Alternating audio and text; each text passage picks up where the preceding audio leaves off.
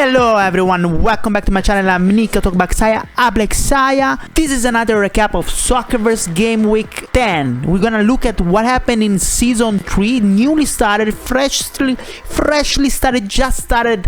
Guys, it's so exciting. This might be the last one, probably it is the last season with this current beta, and then there will be so many changes you can even imagine. If you don't know what I'm talking about, check the other video that I did. I'm very looking forward for all these changes. New game engine, new championship format with leagues in every country, or not almost every country, just like reality, guys. It's so exciting. For now, let's wait. Let's keep playing Season 3 and let's see what happened so far. Let's see what happened, especially with the newly promoted clubs. How are they doing? The ones that were in League 2A and 2B, now they're playing in the first league, the Big Boss League. How are they doing? Good, bad, average? Similarly, how are they doing? The previously League 1 team in Season 2 that got relegated down in the League 2A or 2B. I don't know. Let's have a look together. And towards the end, let's also focus on two squads, both relegated from League 1, that are doing drastically different. One is on the very top, the other one is on the almost very bottom. They had two very different strategies, very different management strategies and tactics and transfer market as well. So let's examine together the key difference between the two, the one on the top and the one on the almost bottom, to gain some knowledge on how to be good in Soccer Manager. No, sorry, that was the old one, the old name. In Soccerverse. Without further ado, let's go. Here we go. Let's start with League 1. You know, the one of the good ones. The first league, the Big Boss League. Let's have a look at who's winning, who's losing. Okay, Paris Saint-Germain. 24 points, nothing new. Paris Saint-Germain keeps on winning even in Season 3. This is remarkable. Let's see, 10 games played, 24 points. They only drew 3, otherwise all won, with 26 goals scored. That's great. And then followed by Liverpool, 3 points below, and only 1 point below Liverpool comes Chelsea by King Loris. As you can see, De Boris is still running pretty good, and I think he's going also to gain some rank, some points in the best manager chart. We'll have a look after that. We'll have a look. And also, by the way, let's see the big boss Manolito 10 how he's doing. Here we go. Manolito 10 is down at the ninth position with Ajax. 15 points. He comes from 2 losses. Now, luckily won. Not luckily. He didn't win by luck, I assume. I'm just saying that now finally got a win after the 2 losses. And it's not that bad, Manolito. Come on. And then let's have a quick look at the relegation zone for now. Only game week 10, so everything is still have to be played. West Ham United by Mika Day, not active. Athletic Club by Vexus, not active. This is a newly promoted club, by the way, Athletic Club. Milan by the Tactician, down bad. Only 3 points by 3 drew. 19th position. Then Flamengo, managed by an inactive SJZ with only 2 points. Let's check 2A, where I am playing with. Here we go, League 2A. We see that Genoa is dominating with 8 wins, only 1 draw and 1 loss out of the 10 games played so far, with 25 points. 4 points below we have Benfica by N Costa, followed by Arsenal, the Crypto Pope, with the exact same amount of points but less goal difference, as you can see, only 10. So very tight. And here my Napoli is coming up pretty well. I am just 2 points away from the second position and 6 points from the first position, so this is very tight. It's the start of the season is always like that. The points are all clustered together, except the ones that are doing very bad and the ones that are doing very good, like Genoa, for instance. So we're all there. Let's see what's going to happen in the next few game weeks. Down, there is Montpellier in relegation with 9 points. Juventus by Reza Taghi with 7 points. We'll have a look at Juventus. And Atletico Mineiro with 6 points. And then Sporting with 4 points at the very bottom. 2B, very quick, let's go. Because this is League 2B. Don't know why it says 2A, but it's definitely 2B. Let me click again. That is something weird, but it's definitely 2B. We see that Manchester United by Harris is doing wow. Look at that, 10 plays, 9 wins and 1 loss at the beginning of the season. 27 points, all win in a row. We'll have a look also at Harris, because Harris did something pretty revolutionary. We'll have a focus on it.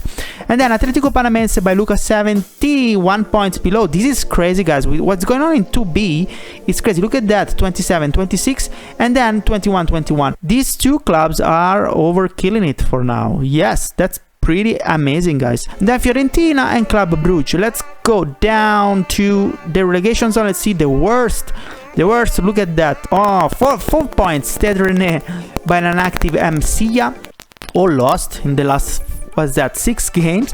Boca Juniors at the 19th position with 7 points. Valencia, these are all inactive. This is good that they are down bad. I like it like that, because it's people that is not actually playing. People that is actually playing is mostly on the top, as you can see. This makes sense. It's great. Good to see that these green dots, that means that people are actually submitting tactics and doing transactions, so playing. They are mostly on the top. Apart, you can see Torino. Unfortunately, I remember the first seasons of Soccer Manager Elite. It was very, very strong, Torino. I don't remember. Maybe Kostia was managing Torino. It was great. Okay, now I just wanted to see how they're doing in the first league, the newly promoted club. And the newly promoted club in League 1, that last season, in season 2, they were in either League 2A or 2B. Okay, here it doesn't, for some reason it doesn't update, but we know this is League 1. So these clubs are Wolverhampton, Athletic Club, Ajax, and West Ham. So let's have a look.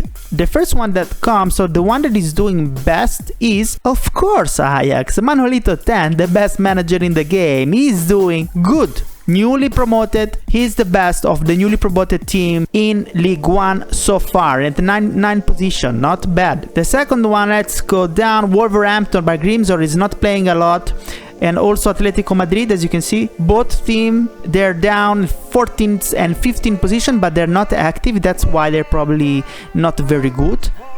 And then the West Ham, where is West Ham? Here we go, 17th position in relegation zone, only 7 win by another non-active manager. Okay, now the other thing, let's have a look at the newly relegated teams that in season 2 were in League 1, how they're doing in the leagues 2A and 2B. So let's go to League 2A first. In this league, the newly relegated one are Newcastle United and Juventus. Let's have a look at the Newcastle United. Is doing not too bad, as you can see, managed by Teramo, 5th position with 19 points, but as I told you before, 19 points is just 2 points below number 2. So we're all there. I also have 19 points, so that's pretty good. It's pretty good, actually. It's just the goal difference that make the difference. I don't have a good goal difference. As you can see, I have only 9. That's why I am below Newcastle United. They have 12. So let's keep on going. Let's have a look at Juventus. Juventus, unfortunately, is doing very bad. Reza Taghi is doing very, very bad. As you can see, from the League 1 relegated to League 2, and now is in relegation zone of League 2. It just started, but only 7 points in the last 10 games. And there are precise motivations behind this, and we'll have a look very soon in this video. So don't go anywhere. We'll actually focus on Juventus and what problems Juventus has very soon in the video, and we'll also focus on the opposite situation. Let's have a look at the League 2B, where one newly relegated team from season 2 that was playing in League 1 now is dominating League 2A, and that's Manchester United. As you can see, Manchester United managed by Harris, another one of the best manager in the world of Soccerverse. is literally dominating League 2B. This is League 2B. Don't look at this. League 2B. And the reasons behind it are very clear, very not simple. He did a total revolution of the game, of the team, guys. A total revolution. He took huge risks. He got a very bad team from the previous owner, and also with all the mess that happened with a contract expiration, he had very, very bad team, but he really wanted to make it great again, so he did crazy stuff. Keep on watching and you'll see what they did.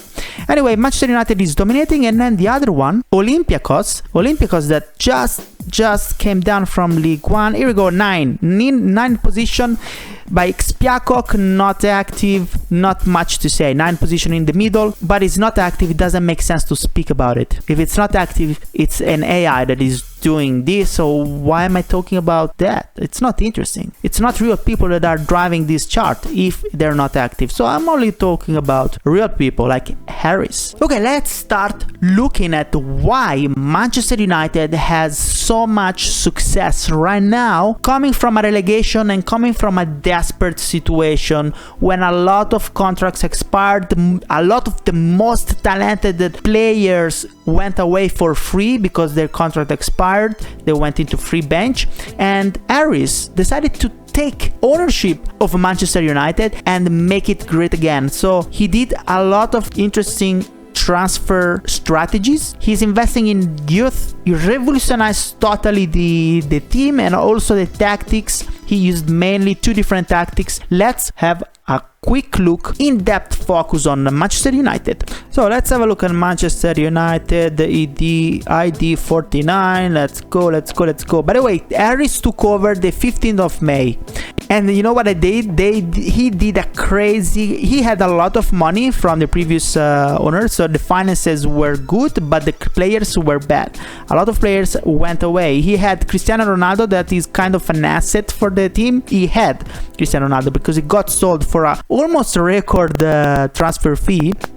But actually, let's have a look at the finances to have an overview of the season so far in terms of cash instead of money. As you can see, in the season, total money, transfer money in 325 million, which basically means that Harris sold players for a total of 325 million, which, by the way, like 50, not more than 50%, like a third of this is only by selling Cristiano Ronaldo. Look at that. If you go to transfer market, let's have a look at the transfer history. Here the cost, because that was one of the biggest, if not the biggest. There we go. Vinicius Jr. was the biggest transfer that went to Chelsea for 225, but only for 2 million less.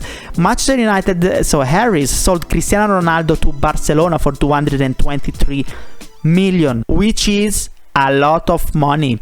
So basically, Harris spent a lot of money, 545 million in transfer market to acquire players, and we'll have a look. But also was lucky because he had Cristiano Ronaldo that gained a lot of millions. Almost half of what he spent he got back by selling one player. And as you can see, the other player that got sold is the Xaya, the goalkeeper. Very good goalkeeper, I think 90 something the rating. He went to Benfica for 87 million, another significant sum. And then another one, it was small, I think it was a defender, but I don't remember. Let's keep going and see where is it. What is it? Here we go, another one. T-Hit on Manchester United to Vancouver for 14 million. Okay, but what's crazy about Harris transfer market is that he acquired, especially from the free bench, 11 players and spent 547 million, guys. It's crazy. And as you can see, here is the recap of all the transfer of Manchester United, and you see how he spent it. Actually, here it was much better to show up. So remember, Harris took over the 15th of May, so this is all Harris. He got Mitrovic from the free bench to United for 43 million, Costa 50 million, Henderson 57 million, from Chelsea got Kennedy for 30 million, Broca bad. Kulevski, Marshall, Nets. Cristiano Ronaldo got sold, as we saw the Xaya, yes, Heaton, yes, we saw it. Gomes, Pires, the latest one at 25 million. A lot of money, a lot of players. And the finances are still pretty good. 295 million. It's great, it's great. And Harry is already, I think, managers. If you look at the managers, here we go. The best managers in Manchester United so far is, he won 11. He gained 33 points. He's already the second best manager in Manchester United history and is only 23 points away from becoming the best manager in Manchester United so far, with a quarter of the total games played by the number one. So Harris, he will be the number one manager of Manchester United. Then another interesting things to notice is the tactics. So at the beginning, we can actually see now he's playing with a 4-4-2. Fred got injured, but in the beginning, if you go to schedule, I think up all of these first matches up to the 8th of June, which is this, up to Club Brugge match. If I take like a random match report, you can see that he was using a 3-4-2-1 or 3-4-3 diamond. Actually, I think it's a 3-4-2-1, and he was winning. But after that, he said, I'm not winning by enough. In Discord, he said, I'm not winning by enough. So he did a pretty good change, in my opinion, because after Club Brugge here, actually Club Brugge was the first formation change that went to 4-4-2. From this point on, he only plays 4-4-2 so far. And if you look at the results, so here he was, okay, he got a 6-0 win against Brentford. That's okay, it's an outlier. But here he won 5-2, so he got 2 goals in. He lost against Roma. He won only by 1 against Torino. Against Torino, he won only by 1, and he won only by 1 also against Real Betis. So he said, you know what, we have to change. When he changed to 4-4-2, results are much better. Look at that. Against Bruges, at home, he went 2-0. 3-1 away against Nice. 3-0, 2-0, 2-0, 4-0, 6-0. So that was a winning move. You can see that he never got, apart one goal, he never got any other goals. So his goal difference is dramatically increasing now, especially after winning 6-0 against Bournemouth. So good tactic dynamics, good manager that not only revolutionized the squad itself, but also he was able to adjust the tactic and gain goal difference and points. He still has to lose. So if we look at the finances of Manchester United, we can see that he's playing with high value players, and 13.6 million per week for wages is pretty high. He's on the higher tier of wages in Soccerverse. It's pretty high. However, something to keep in mind is that his weekly balance when he plays away is actually negative. As you can see here, this game week 10, he played at home. So when you play at home, you get recipes, you get more money. Sponsor, I think, is always stay the same, but you also get receipts, TV revenue, I believe, some extra money anyway when you play at home. So you can counteract, you can balance the player wages. Oh, there is also ground maintenance to pay when you play home, yes. But as you can see, he gains almost 23 millions playing at home, and he lost. He has 16.7 million for the cost. So the overall budget for the week, as you can see, is plus 6.19 million. So when he plays outside, when he plays away, like let's have a look when he plays away. You can simply see it by the get recipe, if I'm not mistaken. Here we go. Get recipes is very small. TV revenue, there's only the revenue, no merchandise. Total money in is only 5,026,000. I think there are other things in play, but you can see there is a difference when we play in at home or away in terms of money that comes in. And here in this case, you can see that only 5 million came in, 13.6 million given by player wages came out, no ground maintenance because he didn't play in his own field. So the weekly balance was negative by 8.39. So basically, if you think that when he plays away is minus 8.4, when he plays at home is plus 6.2, you see there is an unbalance. So in the long run, overall, it's just an approximation. We don't take into account prices, for instance. And let's simplify half and half balance in game week, home, away, half, all right? In the long run, it's a negative balance. It's in the negative. There is like not enough money in when he plays home to fully counterbalance the money in when he plays out. But with 295 million, that's totally fine. That's totally sustainable. So it means that it's healthy. So good stuff, Harris, both for players, tactics, and finances. That's why he's number 1 in League 2B. Let's have a look at the Juventus now, the totally opposite by Reza. Juventus, there you go. This is Juventus, guys. Juventus is a very, very critical situation. Juventus, managed by Reza Taghi, a friend and a subscriber, had a very, very rough start of the season because Juventus lost a lot of players, a lot of potential millions, because contracts were not renewed on time. This was epidemic. I also lost Osimhen and other players because I didn't renew contracts. Just an error that many of us did.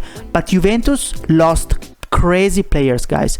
And I checked the players that got lost by Juventus for this error, and there is Szczesny, the goalkeeper, 92 rating, went straight in free bench and then got bought by Tottenham for 107 million. Then Locatelli, center back, rating 91, free bench, Ajax for 87 million. Bonucci, another center back. Remember, center backs, the good ones are going. Bonucci, rating 92, 110 millions bought and went to Barca. Rabiot, defensive midfielder central, rating 91, went to Newcastle for 86 million, 0.4, something like that. And then other two major ones. Kulevski, that we saw went to Manchester United, got lost for free, went to free bench from Juventus, then got bought up by Harris, Manchester United, for 85 million. And then another big one, Di Maria, guys. Di Maria, free bench from Juventus, bought up by Tottenham at 107 million. You see that the situation is desperate because Reza lost a lot of very strong players, very high rating, especially in the center back compartment, for a total of $500 million market value. That's very, very bad, unfortunately. So what happened after that? Let's have a look at the transfer market so far by looking at the finances of Juventus. Here we go, finances. As you can see in the season column here,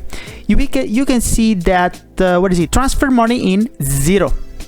Nobody got sold. That is probably because, he was lacking. He didn't have a Cristiano Ronaldo, or like one player that is worth 220 million to be sold, and he wanted to keep the good players that remained, like Pogba, for instance. So he sold 0 players, but he had to spend money to gain some good players back. And in fact, as you can see, transfer money out, he spent 210 million, which is quite it's a normal budget. The problem is that he lost so many good players for free that now the squad is not as good as it used to be. Actually, if you go to squad of Juventus, you may imagine, oh yeah, Juventus is good, it has a high average rating, but look at the average rating of Juventus. Okay, wait, this is not Juventus. Let me refresh. Here you go, this is Juventus. As you can see, the average rating of Juventus is only 79. This is because most of the big ones, as I told you before, they went out, and some default ones, the small ones, came in, so lowering the average rating of the team overall. Average age 27 is already on the higher end for a total value of 866 million. As you can see, the total wage is only 8.6 million. It's almost a half, not half, but almost half of what Manchester United is paying. So finances will be critical for Juventus this season. It's very hard season for Juventus. And another crucial point is tactics. Why? Because if you look at the tactics, Juventus only played, so far I checked in the schedule, and only played with 4-4-2. 4-4-2 means that you need to have a lot of center backs, good center backs, also left and right backs if you want. But for instance, my Napoli is playing with a lot of center backs because they are a little bit flexible. You can put it on the wings as well, playing as a left back or a right back. But playing with a 4-4-2, you definitely need a lot of defenders, and also some for the turnover. You need to make them rest. But what I'm seeing here in Juventus is that he's playing with defensive midfielders instead of center backs, and that's a malus in Soccerverse. If you can see see that he's playing with Sandro, he's playing with Zakaria here, rating 91. The rating is high, but it's yellow. It means that it's not his natural position. It means that the rating is actually devalued. I don't know by how much, but if you play with a yellow player like that, also an attacking midfielder here you need a striker. So this 91 is not a real 91. You actually need center backs in this position, right backs or center back in this position instead of defensive midfielder right, and same left back or center back in this position instead of defensive midfielder left. Anyway, the last match here they won, but before that not very good. So this is a problem. Why? Also because if you look at the squad, there is a big lack of center backs. Let's have a look at, okay, Mandanda, goalkeeper, great. Second goalkeeper, disgusting. Min Wang, 65, 28 years old. This is very bad. Hopefully nothing happened to Mandanda, but if it does, you're playing with a 65 rating. Not awesome. Oh no, sorry. Yeah, it's even worse. Okay, there is another goalkeeper, 64. Now let's have a look at the defense compartment, which I think is critical for Juventus to be improved. But as you will see soon after this section, you will see that the finances are pretty bad for Juventus. So it's a hard situation. Let's have a look at defense. As you can see, there is a 63 rating left back. So there is a left back, but it's a 63 rating. It's very down, very bad. And then center backs, most important in my opinion, in a 4-4-2. One, quality, kind of quality, 87 rating, Daniele Rugani.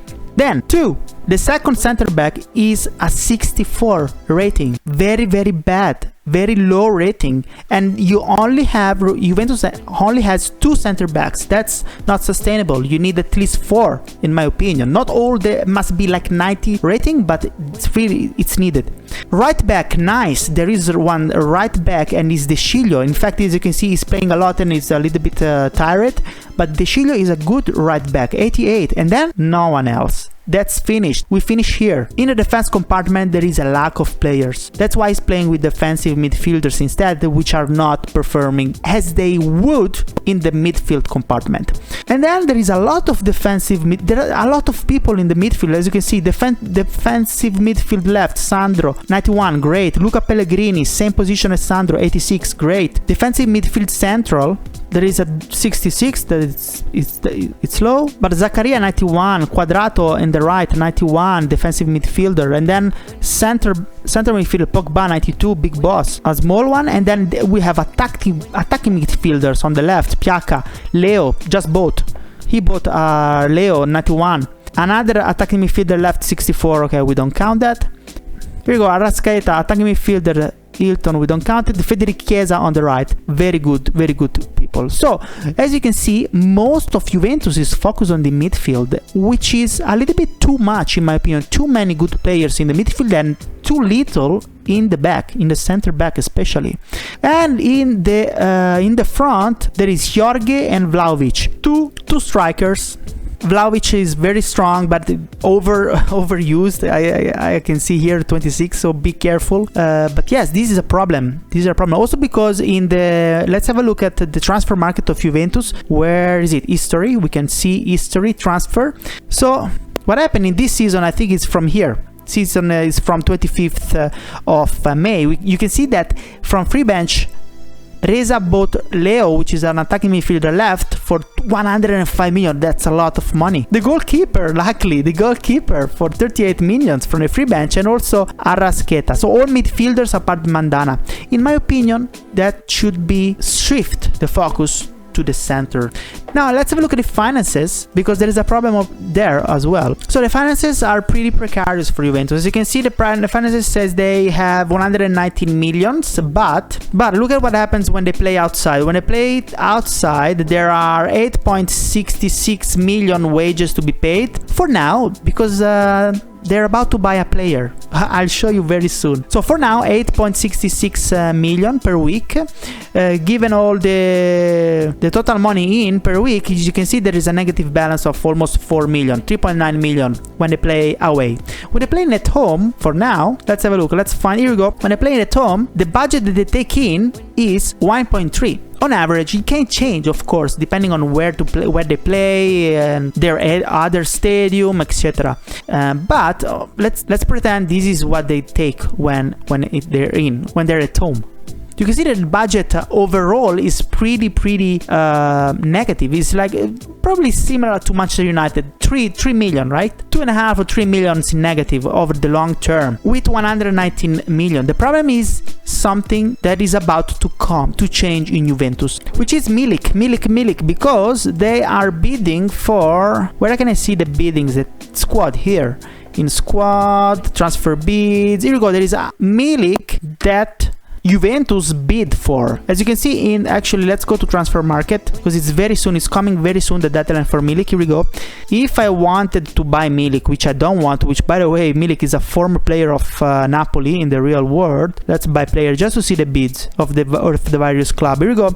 Juventus bid 66 million for Milik and Benfica just outbid that for 66.7 million. If Juventus were to outbid Benfica for this additional striker, in my opinion, wouldn't be a good idea because they should spend money for center backs. But Milik has a wage of 657,000 weekly, which would mean if Juventus were to get Milik, let's say by 67 million, this means that the total budget for Juventus would be halved, because look at finances, they have 120 basically. If they spend 67 million whatever, they will get 65 million depending on how much they pay remaining after the transfer, plus the wage weekly will come something like 9.3 million. So this wouldn't be sustainable at all, because with only 65 million left in the balance of a team like Juventus, in case they buy Milik, and with an increased wage cost, this 3 million negative balance long term. So let's simplify. There are like 40 weeks, I think, 40 something, 40. Let's do it. 40 weeks, game weeks in a season. Half of the game weeks, actually 10 are already gone, so 30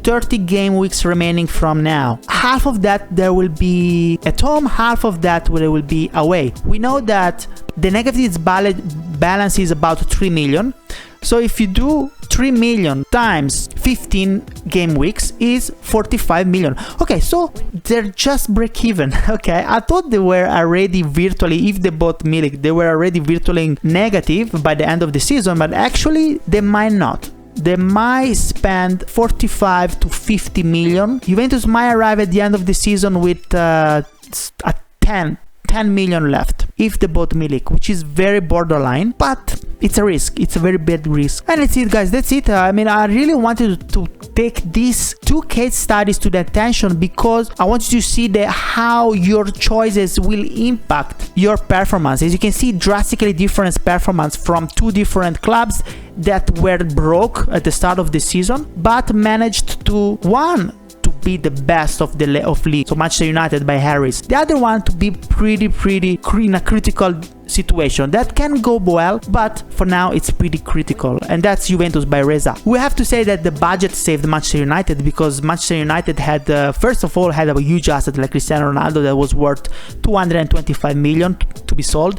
Second of all, I think it started with a pretty high budget to be able to spend $500 million despite the income from selling Ronaldo. I think Manchester United had a larger budget than Juventus. But also a very important thing to note is the active management of Harris, very dynamic and radical change that he did in Manchester United. He was playing with 4-3-3 or 4-3-1 and then switched to 4-4-2. You can see the results totally different. Against 4-4-2 of Reza, Taghi pretty stable, not dynamically changing the tactics, and a less active transfer market session. These two different management regimes definitely reflect also the results in these leagues. So this is very important, guys. I hope that you enjoyed this content, this analysis of these two clubs especially. Let's keep in touch for a lot of other analyses. And here we go, that was it for today. Lot of things, we've seen a lot of things, but we haven't seen nothing yet. Stay tuned because I feel that we're very close to a revolution in the sense of Soccerverse being in the last phase of development, and I'm really curious to see what's going on and what will happen once all the new implementations will be implemented. We're going to try out all the new changes, and hopefully soon will be out in the market, guys. We'll see. Stay tuned, stay connected, I'll keep you updated. Subscribe if you haven't. If you enjoy the content, then just subscribe. It helps me getting through and keeps doing this video for you. And see you next time. Big bosses, Forza Napoli forever. Forza Napoli. Ciao.